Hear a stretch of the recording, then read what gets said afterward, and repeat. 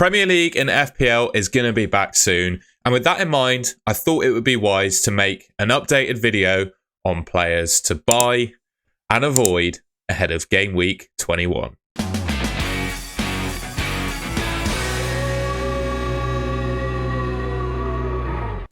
I just wanted to talk about something pretty cool that happened to me yesterday. Ross, FPL Raptor, was kind enough to invite me on his studio podcast, FPL Therapy. Just thank you again, Ross. It was a really amazing day and a great experience. If you wanted to check that out, there's a link in the description and you can watch me and Ross chat all about FPL Game Week 21 in a bit more detail. But on to players to buy and avoid. Now, one of the absolute players of the moment right now is Anthony Gordon. The guy has been playing out of his skin for Newcastle recently. And for me, I just love him as an FPL asset because the one thing you don't have to worry about with Anthony Gordon is his minutes. I remember, I think it was back last season, he genuinely has left the stadium on crutches before and then played the next week. We saw in the game, I believe it was the game in Game Week 20, where it looked like he suffered a broken nose or had a really bad facial injury. And he carried on and played most of the rest of the game. And obviously he's been on fire in terms of attack and returns recently, partnering really well with Isak and Murphy, also contributing from those positions as well. In fact, I won't specifically talk about Murphy on this video, but he is another very decent pick for Newcastle. Personally, I think I prefer Gordon for his minute security. So yeah, he's the player we're going to talk about. In his last 5 appearances, he's got 5 attacking returns, which is obviously a great record, an attacking return per game. And the fixtures he has coming up, I think are just fantastic. Wolves, Bournemouth, Southampton, Fulham, and then Man City. With the respect of maybe Fulham and maybe Man City as well, although both of those teams are definitely not the best defences, I would say all 5 of those fixtures I would genuinely class right now in FPL with the landscape of the league, the quality of teams defensively that we're looking at here. I'd say they're all teams to target. Yeah. Great stats, great upcoming fixtures. He's obviously a really good option. But there is one other player who's also playing really well at this price point as well. And that's Bryan Mbeumo. Slightly more expensive at 7.8 million. But when you look at the returns he's had so far, 4 goals, 1 assist compared to 2 goals, 3 assists. We'll do a comparison in a second. But compared to 2 goals, 3 assists for Gordon, Mbeumo's returns are more weighted towards goals than assists. And I think, well, I don't just think, in FPL, you get rewarded more for scoring goals and assists. So when you look at the numbers, the points, well, the way he's scoring points is more points bearing because he's scoring more goals. However, the fixtures are a little tougher for Brentford. They've got Man City and Liverpool in their next 2, which it would be hard in seasons gone by to even suggest buying a player ahead of playing those 2 teams. But I don't think the Man City at home fixture in any way is one to be scared of. As I said with Gordon, I don't think Man City, you cannot class them to be a good defence really at the moment. And Brentford, particularly at home, they're so good from an attacking perspective. So I think you could definitely back them to score in that game. And I think if Brentford score, you got to think with him being their talisman, Bryan Mbeumo is going to be involved in that. I also went back to the point about Anthony Gordon saying, he's a 90-minute man, don't really have to worry about his minutes. You don't have to do that with Bryan Mbeumo either. And he's got a couple of other strings to his bow in the fact that he takes set pieces and penalties, which I obviously has added to his goals tally recently. And yeah, I probably think long-term gives Bryan Mbeumo the edge. Just compare the 2 players. Fixtures-wise, I think Gordon takes it short-term. And then long-term wise, just the fact he's on penalties and set pieces, I think Mbeumo's better. So short-term, I'd say Gordon is the one, but long-term, I'd have Mbeumo. I think right now, these are probably 2 of the players of the moment in FPL, so I thought I'd talk about them. Let me know in the comments, though, who you prefer out of Gordon and Mbeumo. My conclusion, I'd probably say short-term it's Gordon, while Newcastle are just on fire as they are at the moment, and the Newcastle fixtures are a little bit better than Brentford's. But longer term, I think I'd have Mbeumo. I've got a couple other of the moment players to talk about, I'd say. First one is Daniel Munoz of Crystal Palace. He's quite, well, I would say around engaged managers, he's probably quite a popular pick. His overall ownership doesn't quite reflect that, but I think amongst engaged managers, or at least people are aware of him and know he's a good option. And I think if you've bought Munoz recently, you can consider yourself really unlucky that he hasn't either kept some clean sheets or got some attacking returns. Every game I've watched of Crystal Palace, or at least the highlights of every game, it looks like Munoz has had a real clear-cut chance to score. He just hasn't put his chance away, or it's been cleared off the line, something like that. He's been really unlucky, and I would genuinely say if you've had Daniel Munoz for the last 2 or 3 game weeks, you can really count yourself unlucky that he's not got an attacking return. And the fixtures coming up, it's not just games gone by. The fixtures coming up for him are really good as well. Leicester, West Ham, albeit West Ham under Potter might be slightly improved. Brentford, Man United and Everton. They're pretty good fixtures. Not on the whole necessarily amazing for clean sheets. I would say the Brentford and Man United ones, I probably wouldn't back him to keep clean sheets. But I think historically, Crystal Palace have been a bit of a bogey team for Man United. So they could go to Old Trafford and certainly get a result, which could involve Munoz doing something. But it's just the positions that he's taking up. If we remember back to the time, the space in the season where everyone was looking at buying Aït-Nouri because of the absolute, just ridiculous attacking, output and positions he was taking up. Well, you've got Munoz who's doing that now. And I would also say Crystal Palace are definitely a better defence than Wolves were at the time when everyone was buying Aït-Nouri. So you've got a player here that's putting up a similar level of returns, similar level of attacking sort of output and positions that Aït-Nouri does when he was a really popular pick, but he plays for a better defence. What more can you say? I think Munoz is a really strong option. But there's also another defender, slightly more expensive, but Lewis Hall, who isn't quite putting up the attacking numbers that Munoz is, don't get me wrong, but he is keeping more clean sheets, and I do think Newcastle just in general are better defensively than Crystal Palace are. And one other comment I would have on the Newcastle defence is, this is a general comment I have about Newcastle, to be honest. I think at St James's Park, Newcastle are just on a different level. I would back Newcastle to give anyone a game and genuinely beat or keep a clean sheet against anyone. I just think they're an extra bit of strength at home.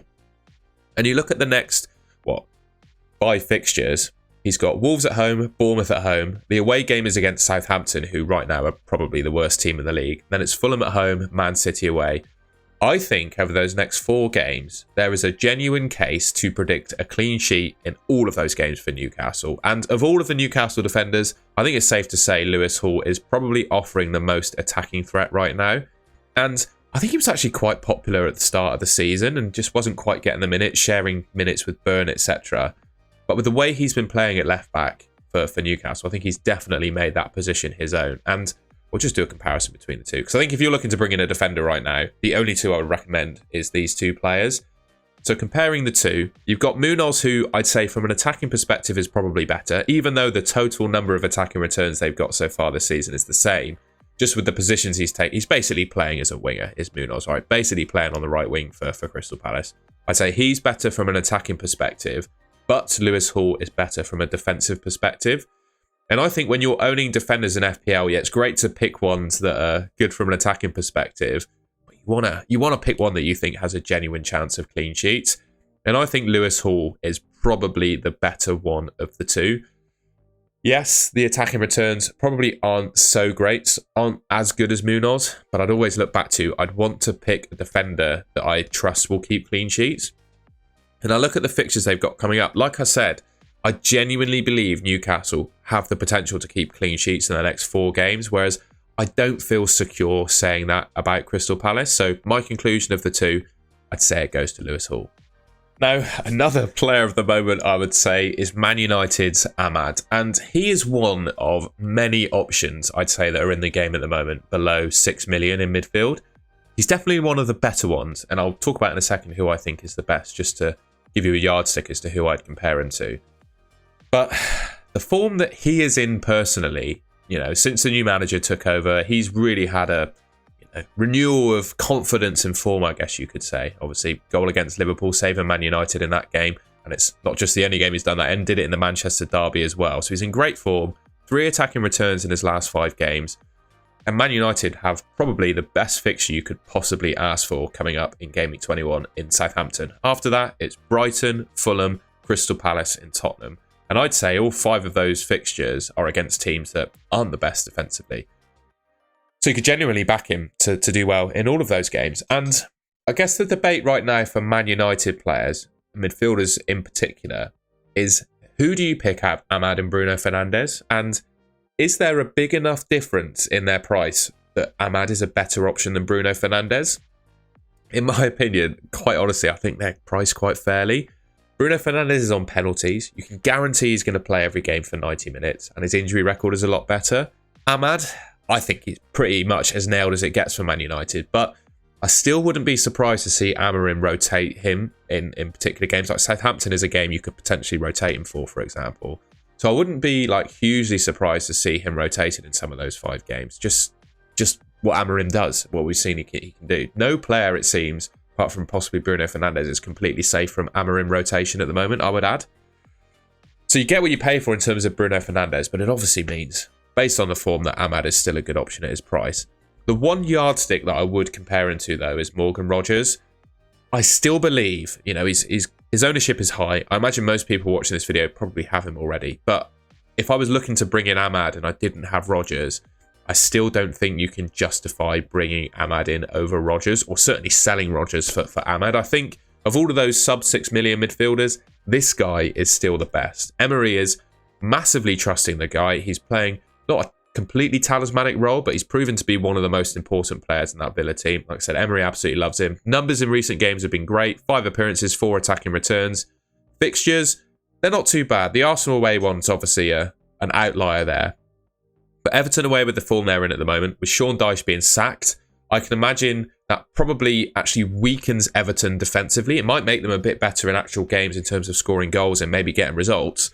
But I think defensively, they probably regress a little bit. Got to imagine if a new manager comes in before, Gameweek 21 deadline, maybe they just change tact a little bit, I think, and become a bit more attacking. Then it's Arsenal away, who they're having a little bit of a dip in form as well. I might say, Arsenal would be a fixture I certainly wouldn't target. Still the case, but I don't think it's quite as intimidating a fixture as it may have been either last season or at some points this season. You couldn't rule out Rodgers doing well in that. And then it's West Ham, Wolves and Ipswich after that. For me, Ahmad is a great buy, but I'd only buy Ahmad if I already had Rodgers. I just don't see the justification yet. Still don't see the justification yet for picking Ahmad over Rodgers, if that makes sense. Final few players I wanted to talk about, and I wanted to start with Nicholas Jackson first because he's very popular in the game, 23.7% ownership, but he's fallen off a cliff really in terms of recent form. 6 appearances and only 1 goal in those 6 games. But it's a case of, do you actually sell him, right? Because he has proven this season to be a trustworthy Premier League goal scorer, and it's just a little bit of a dip in form, I'd say, in his last 5 or 6 games, right? And Chelsea in general, I think it's fair to say Chelsea in general have not looked as good as they were at the start of the season in this period of recent fixtures. But the question is, do you actually sell him? So I'm gonna make an argument for or against selling him, and then if you do want to sell him, I'll come up with some alternatives. But to give my genuine opinion on Nicholas Jackson, provided we get a good feeling that he starts against Bournemouth, I would probably keep him. Looking at he's had 18 shots in those 6 games, only 5 shots on target to be fair, but 2.14 XG. That suggests, looking at those stats, that his finishing in general has just regressed and that the chances have been there for him. 3 big chances you can see there as well. Bournemouth at home coming up next, who aren't the worst team, but I do think that he could get some luck there. I think I'd keep him. I look back to decisions I've made around players like this who I've had in my team for 4 or 5 game weeks. They haven't really been performing, and then I've decided to sell them. I think of Mbumo as the prime example. Knowing that they're proven Premier League goal scorers and are good options in the game, I sell them and they do well straight after I sell them. And I think that could well be the case with Nicholas Jackson. I also think if he has another poor game where he misses chances, plays really poorly, I think there's a risk that he is no longer in the Chelsea starting 11 and that he's no longer the first choice Chelsea striker. So I'd give him 1 more game against Bournemouth. See how he gets on in that game, and if he really performs poorly, then it's time to get rid. But if you're absolutely sick of having Nicholas Jackson, I think there's a couple of genuine alternatives you could go for. I really like Dominic Solanke, and I think ahead of Arsenal away, it's a tough sell to bring him in, I'll admit. Which is why I think an idea of giving Nicholas Jackson 1 more week in your team, and then if he continues to underperform, go for Dominic Solanke. It's hard to buy him ahead of Arsenal at home, but I think Everton, Leicester, Brentford, Man United after that are all games where you could genuinely predict him to score. And to be honest, you wouldn't completely rule out him doing something against Arsenal either. For me, Dominic Solanke is just a steady Eddie. He is a proven Premier League goalscorer now over multiple seasons. Playing for Bournemouth last season, he scored 19 goals. I don't quite think he's going to get to maybe that level for Spurs, although with the rate he's going in recent games, I think he's got a good chance. He's just such an all-round good centre-forward. In his last 5 Premier League appearances, there's 4 attacking returns, and it's not just goals that Dominic Solanke contributes with. He's an all-round player, so will also knock up a couple of assists as well. And at the price point, anyone can sell Nicholas Jackson to get Dominic Solanke. And another player I really like, actually spoke about in a bit of detail with Ross on his podcast, is Jean-Philippe Mateta. A little bit cheaper than Dominic Solanke, and even less owned at 3.3% ownership. Spoken about Crystal Palace players already when going through Munoz. The fixtures are great. Yes, the stats in recent games don't look all that amazing, but I think we've seen from Mateta enough over his time in the Premier League to know that he's a proven Premier League goal scorer. He's going to share penalty duty, of course, with Eze, so he might get, some penalties coming up at least. I think the fixture run for Crystal Palace is really good. And I always look back to the back end of last season when Mateta first got into that Crystal Palace starting 11 and just absolutely tore up the Premier League. Basically got me a top 100k finish based on his performance in those games. That's the level that Jean-Philippe Mateta can get to. And I think Leicester, West Ham, Brentford, Man United, Everton is a really good set of 5 fixtures to allow him to do that. So yeah, if I was looking at selling Nicholas Jackson, I think your picks are between Solanke and Mateta. Let me know in the comments who you think the better one of those two is. All right, that's the end of the video. I hope you enjoyed it and found it useful. My return to some FPL content after a few days off ahead of Gameweek 21. Like I said, if you want to check out, well, you can hear me talk with Ross for an hour and a half or 2 hours. I think we went on for about 2 hours, which was, a lot of fun on FPL Therapy. There's a link to that in the description. Oh, my camera's struggling to focus on me there. Yeah, if you enjoyed the video, you appreciated some FPL content, please leave me a like rating. Let me know in the comments what you thought of the picks I've suggested there. And if you haven't already, I'd really appreciate it if you could subscribe to the Golden Goal channel, which should be just there on your screen. Thank you very much for watching, and I'll catch you in my next video.